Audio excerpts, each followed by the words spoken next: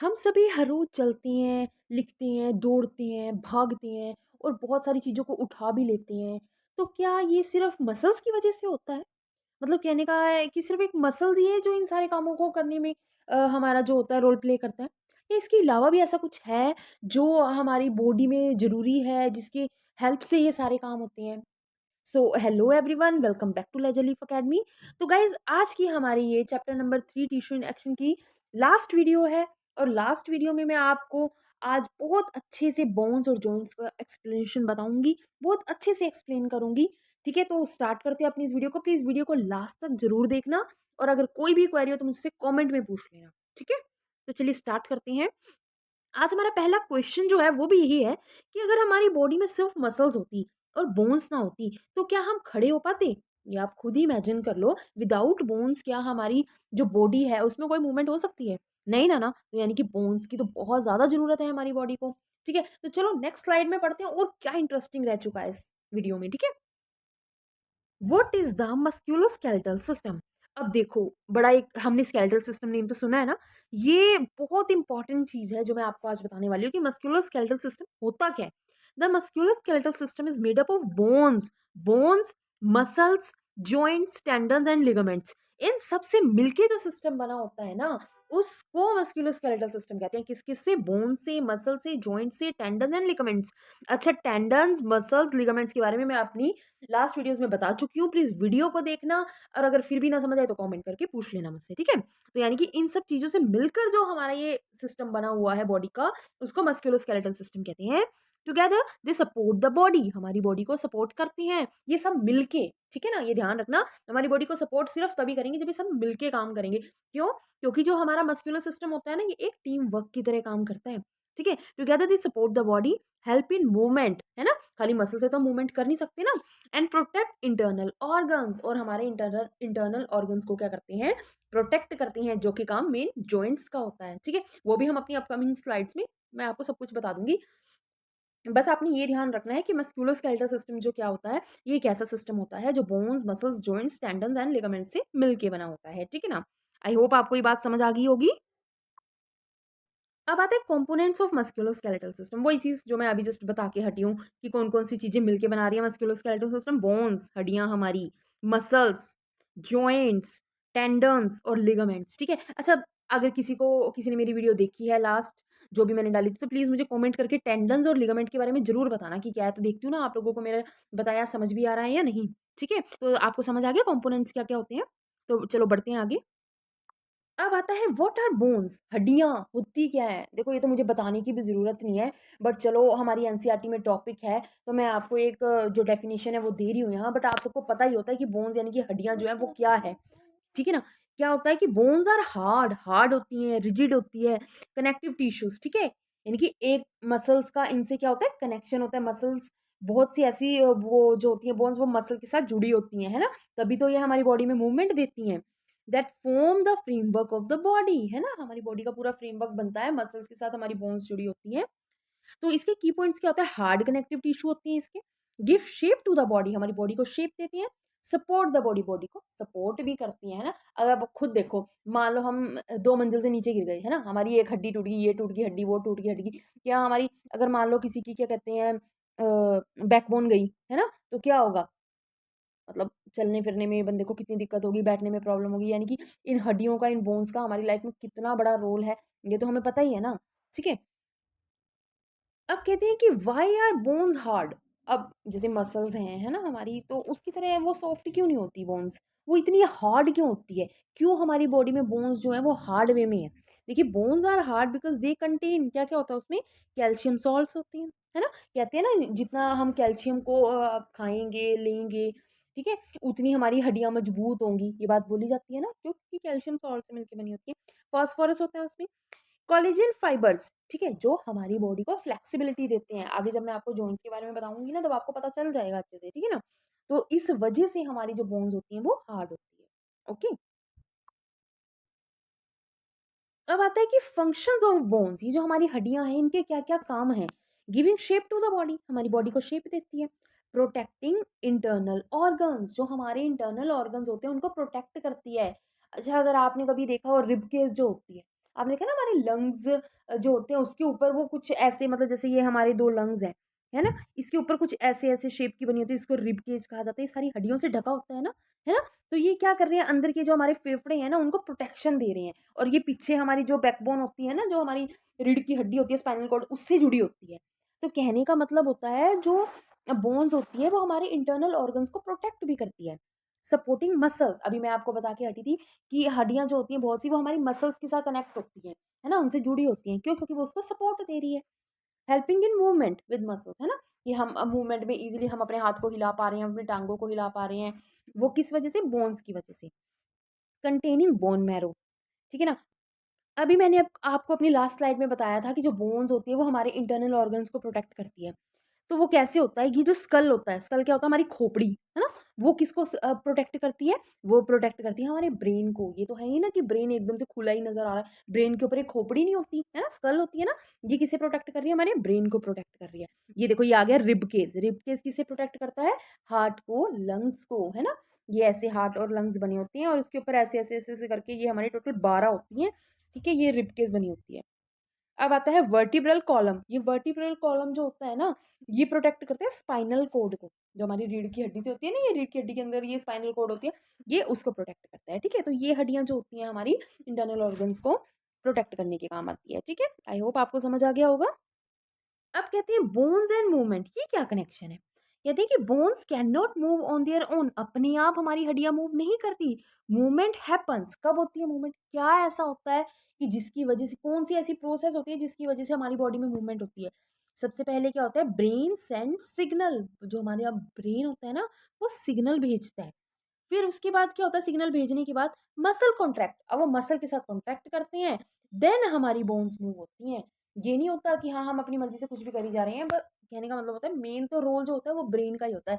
Brain signal send करेगा, muscle के साथ कॉन्ट्रैक्ट करेगा, तभी करके हमारी जो बोन्स है वो मूव करेगी, ठीक है? अब हमारे इस चैप्टर का आज का लास्ट टॉपिक आ गया है, व्हाट आर जॉइंट्स। बस जॉइंट्स के बारे में मैं आपको कंप्लीट बता दूंगी, उसके बाद ये चैप्टर फिनिश है। अब आपका काम है अपनी तैयारी पक्की करना। तो एक बार बस जॉइंट का टॉपिक अच्छे से समझ लो। A joint is a place where two or more bones meet, है ना? एक ऐसा प्लेस जहाँ दो और दो से ज्यादा बोन्स जो होती हैं मिलती हैं, है ना? हम कहते हैं ना, हाय हमारे जो बुजुर्ग लोग होते हैं, अरे हमारे तो जॉइंट पेन हो रहे हैं, जॉइंट पेन। जॉइंट पेन क्या होता है? जहाँ-जहाँ जुड़ाव है ना हमारी बॉडी में, हड्डियों में जहाँ-जहाँ जुड़ाव हो रहा है, वहाँ-वहाँ जॉइंट्स होते हैं। अब देखो होता क्या है? कनेक्ट टू बोन्स, 2 बोन्स से कनेक्ट होते हैं। अलो मूवमेंट, मूवमेंट को अलो करते हैं, है ना? मेक द बॉडी फ्लेक्सिबल, हमारी बॉडी को फ्लेक्सिबिलिटी देते हैं। यही तो काम होता है ना जॉइंट्स का, ठीक है? अब आता है फंक्शंस ऑफ जॉइंट्स, यानी कि जॉइंट के क्या-क्या काम है। जॉइंट किस चीज़ में हेल्प करता है? वॉकिंग में, चलने में, भागने में, राइटिंग में, बेंडिंग में, मेंटेनिंग पोस्चर। यानी कि कहने का मतलब है अगर आप लोग योगा कर रहे हो, आप लोग अलग-अलग टाइप के पोस्चर्स बना रहे हो, है ना? बेंड कर रहे हो अपनी बॉडी को, मतलब मोड़ रहे हो, तरोड़ रहे हो, लाइक बाबा रामदेव जी के आसन, है ना? हर किसी ने देखे हैं, कइयों ने ट्राई भी करे हैं, तो वो कितनी अच्छी उनमें फ्लेक्सिबिलिटी होती है उनकी योगासन में। तो ये सब होता किसकी वजह है? इन जॉइंट्स की वजह से ही होता है ना। खाली अगर हड्डियाँ ही होंगी, हमारे शरीर में मसल्स ही होंगे, है ना? अब कहने का मतलब है देखो एक चीज़ और है, मैं आपके शरीर में बहुत सारी हड्डियाँ डाल दूँ, बट उन हड्डियों के बाद उनमें कहीं जॉइंट ना हो, कैसे हमने क्या कहते हैं मुड़ना है, तुड़ना है, तो फिर बताओ क्या हमारी बॉडी चल फिर पाएगी सही ढंग से? नहीं ना। तो कहने का मतलब है यही सारे जो होते हैं जॉइंट्स के फंक्शंस होते हैं। I hope. लास्ट टॉपिक, सबसे important topic, types of joints. अब ये जो जॉइंट्स होते हैं कितनी तरह के होते हैं? मेन तो ये सिर्फ 2 टाइप्स के होते हैं देखो। Joints are mainly of 2 types, सिर्फ 2 तरह के जॉइंट्स होते हैं।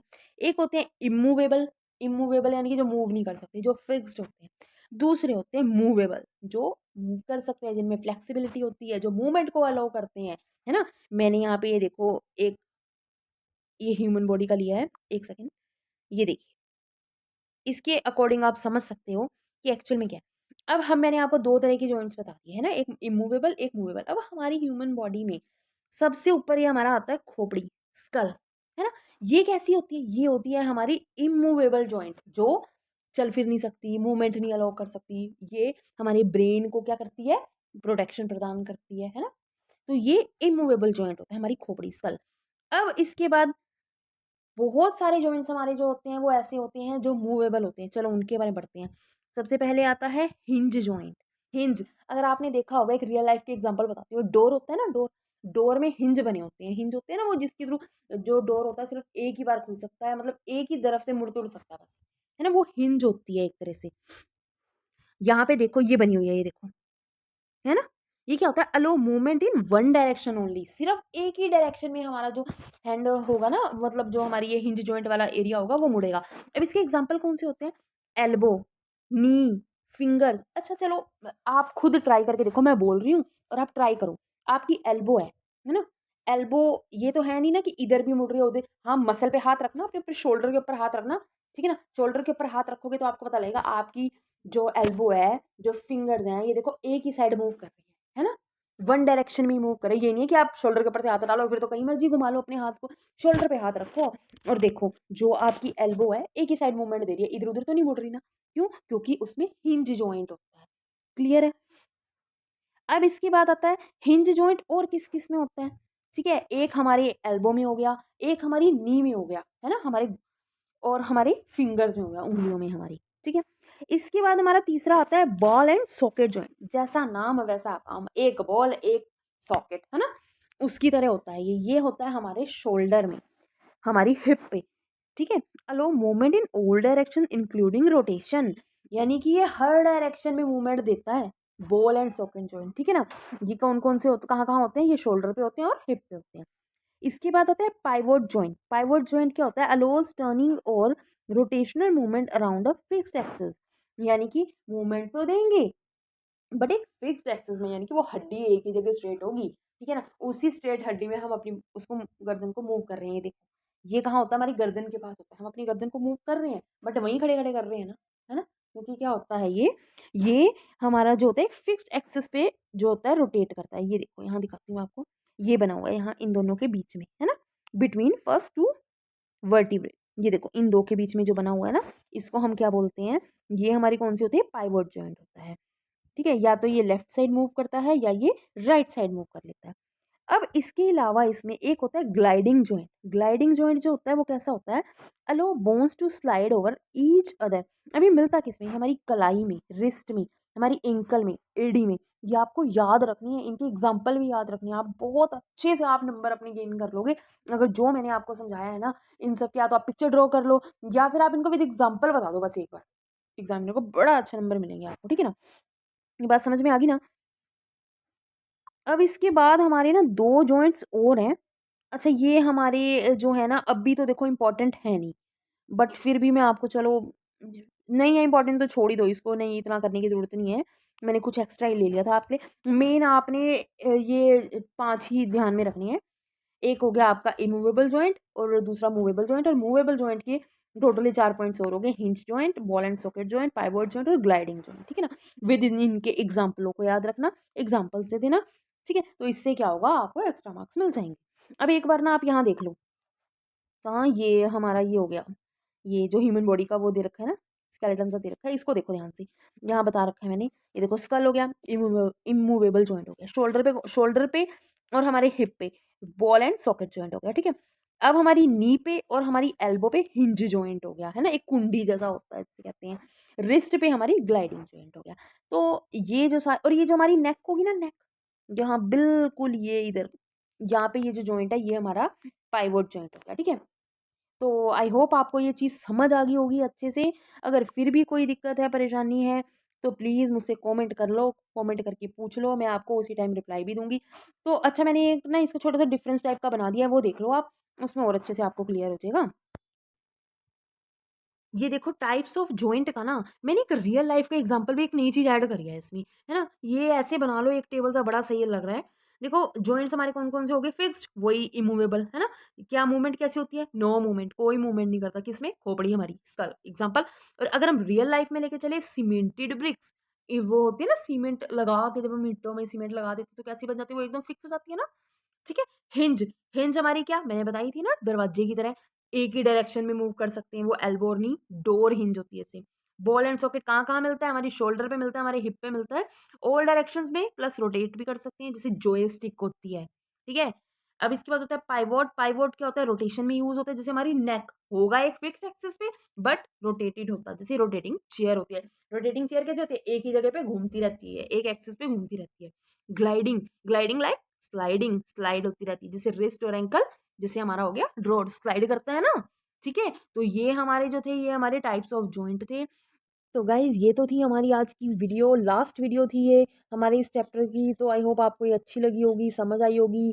तो अभी तक इस चैप्टर में आपको कोई भी प्रॉब्लम हो, किसी तरीके की कोई प्रॉब्लम हो, कुछ ना समझ में आया हो, आपको ऐसा लग रहा है कि हाँ, मुझे शायद आपको कुछ और भी पढ़ाना चाहिए, या आपको ऐसा लग रहा है कुछ और एक्स्ट्रा मैं उसमें और कुछ ऐड ऑन करवाऊँ, तो प्लीज़ कमेंट करो, मुझे बताओ कहाँ आप लोगों को कोई प्रॉब्लम आ रही है, या कुछ ऐसा है जो आप और इम्प्रूवमेंट चाहते हो, प्लीज़ कमेंट करके मुझे बता दो।